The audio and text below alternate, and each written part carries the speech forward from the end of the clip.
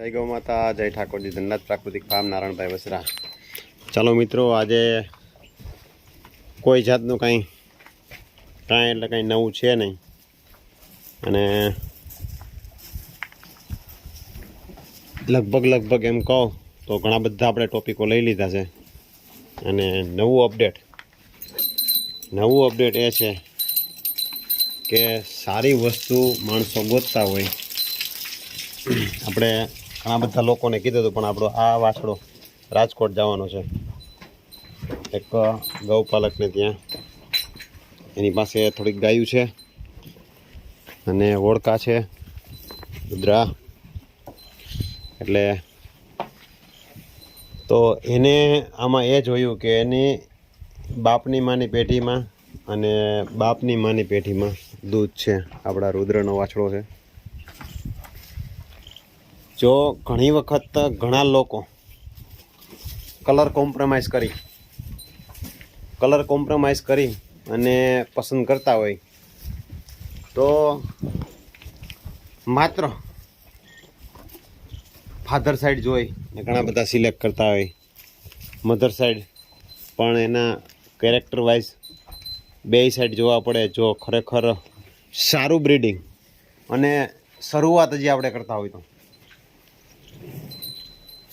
કેમ કે ઘણા લોકો અત્યારે જે દોડ છે અને જે જૂના બ્રીડરો પાસે છે, એની પાસે અત્યારે સારી કલર કોમ્બિનેશન છે. એના કારણે અંજાઈ જાય એટલે શું થાય કે ગમે એવા વીક પોઈન્ટવાળા કલરવાળા વાછડા લઈ આવે. પછી સફેદ હોય, કાળા હોય, કાળા કાબરા હોય, એ ગમે એવા વીક પોઈન્ટવાળા વાછડા લઈ આવે. પોતાની ખૂબ સારી એવી ગાયો લીધેલી હોય તો એવી ગાયોમાં એ મૂકે. તો પહેલાં તો મારે કહેવાનું એ કે પહેલાં તો આપણે આપણું જે બ્રીડિંગ છે એ સુધારવાનું. કલર મારા જોવાના નજરિયા અને તમારા જોવાના નજરિયામાં હોય, પણ હકીકતે સારો મિલ્ક રેકોર્ડ હશે ને તો ગમે એવા કલરની હશે ને ગાય ગમે એ માણસને પસંદ આવશે.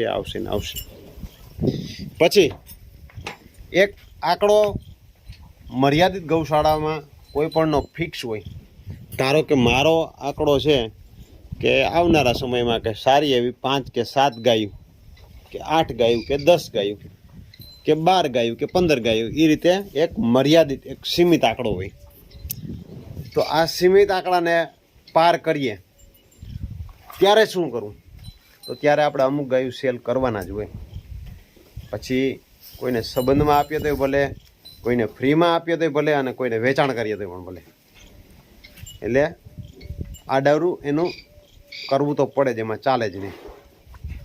પછી અમુક ગાયો હોય એને આપણે રાખવાના હોય કે આ લાસ્ટ ટાઈમ સુધી આપણી પાસે રહેવી જોઈએ. તો આ ઓળખી છે, આ બચ્ચું છે મારી પાસે, આ ઓળખી છે, આ ઓળખી છે, આ ઓળખી છે.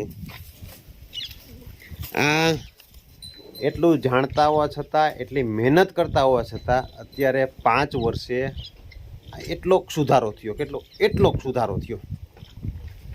અને કાલ સવારે વર્ષ 2 વર્ષમાં, આમ તો લોંગ ટાઈમ થયા પણ 5 વર્ષથી સુધારો થયો. એમાં ફૂલ ફોકસ કર્યું ત્યારે. અને વર્ષ 2 વર્ષમાં ગૌશાળા કરી હોય અને એમ થતું હોય કે પરબારું સીધું આપણે કરી લઈ, તો એ વસ્તુ શક્ય નથી. તો પહેલાં તો સારી બ્રીડ કેરેક્ટરને, જો આ રૂપ ક્યારે આવે કે આના બાપમાં રૂપ છે અને મામાં રૂપ છે.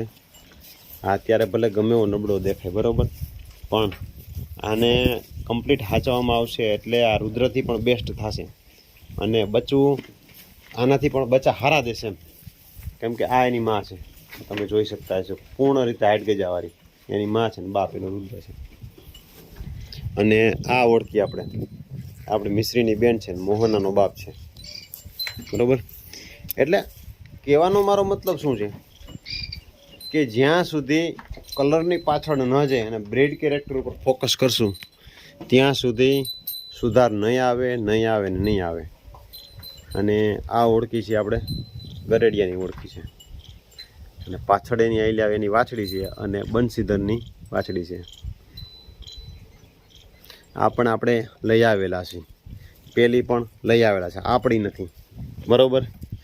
આ ગાય આપણે લઈ આવેલા છે, એટલે આપણે ત્યાં કેવું બનાવવું ને એના ઉપર ડિપેન્ડ રાખે. જો આ છે ને એ આપણે ત્યાં એવું છે, બરોબર. પછી ઓલા ઓળકા પહેલી બાજુ ગયા એ આપણે ત્યાં આવ્યા.